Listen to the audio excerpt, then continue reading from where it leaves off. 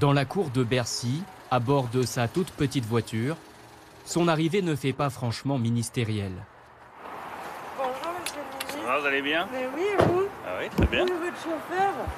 Ah bah, il est en confinement. En confinement, donc c'est vous qui conduisez votre propre voiture. C'est un des rares plaisirs du confinement, de pouvoir conduire soi-même sa voiture.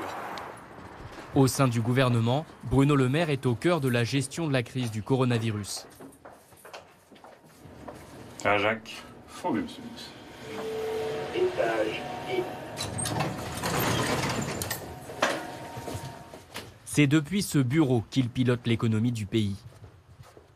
Son ministère n'échappe pas aux mesures de confinement. Sur les 5000 agents de Bercy, seulement 250 sont présents.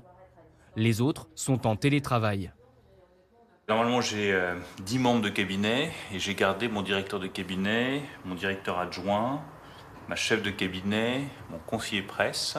Et puis après, il y a des conseillers qui viennent essayer de faire des roulements pour qu'ils puissent venir une fois dans la semaine. Avec son équipe réduite, il passe en revue l'agenda du jour. Des sujets internationaux avec des nouvelles peu rassurantes. Ils en sont où les Argentins? Ben là, ils font des faux. Ils font des faux? Ouais.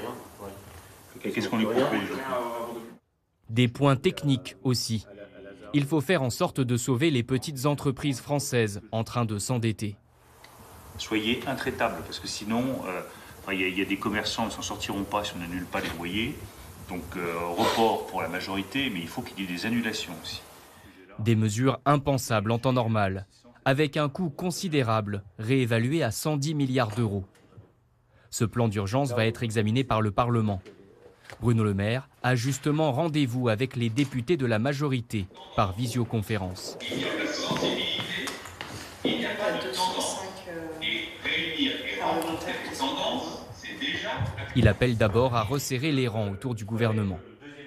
En termes de violence du choc, la seule comparaison, c'est la crise de 1929. Et il n'y a pas de place pour les petits jeux politiques, les rivalités, les ceci, les cela. Enfin, honnêtement, ce serait absolument grotesque. Nous sommes face à une crise comme il en arrive une fois dans un siècle, et la responsabilité est sur nos épaules. Il répond ensuite aux questions des élus, qui l'interrogent pendant 1h30. Moi, j'avais une question qui me remonte depuis le terrain dans ma circonscription. C'est le 11 mai, on va rouvrir les écoles, mais pourquoi ne rouvrir pas certains commerces? Moi, je suis bien entendu favorable à ce qu'à partir du 11 mai, on puisse rouvrir un certain nombre de commerces. Alors, regardez les coiffeurs, je pense qu'on sera tous contents d'aller chez le coiffeur à partir du 11 mai. Alors, on sera très contents d'aller dans un commerce de vêtements à partir du 11 mai. Mais il faut qu'on définisse des règles qui vont s'appliquer secteur par secteur. Le ministère doit étudier les cas dans le détail. Certaines entreprises n'ont pas trouvé leur compte avec les premières mesures du gouvernement. Bruno Le Maire justifie les ajustements. Dès le début du mois de mars, ce que j'ai proposé au président de la République, on fasse un plan massif, vraiment massif.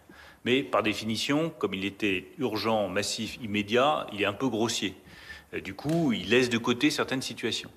Et là, au bout d'un mois, on a corrigé des dizaines et des dizaines de situations. Mais je préfère avoir immédiatement répondu avec des petites erreurs qu'on corrige, plutôt que d'avoir attendu d'avoir le plan parfait, avec des gens qui auraient attendu de manière totalement désespérée qu'il y ait une aide de l'État qui arrive. Pardon. Cet échange avec les députés s'ajoute aux 4 visioconférences quotidiennes auxquelles le ministre participe dans son bureau pour piloter la crise. Elles lui prennent 5 heures par jour. Oui, bonjour à tous, c'est Bruno Le Maire. On va démarrer, car la journée, comme toujours, est chargée. En ligne ici, le gouverneur de la Banque de France et les représentants des organisations patronales et de l'industrie. Il faut reprendre l'activité. C'est dur à entendre, mais c'est absolument indispensable si on ne veut pas laisser un champ de ruines derrière nous. La France doit reprendre l'activité.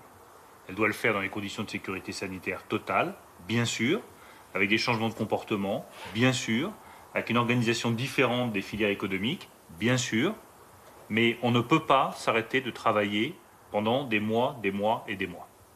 Parce que là, le remède sera pire que le mal. Avec le prolongement du confinement jusqu'au 11 mai, la récession sera encore plus grave que prévu. Le PIB doit chuter de 8% en 2020, selon les dernières prévisions.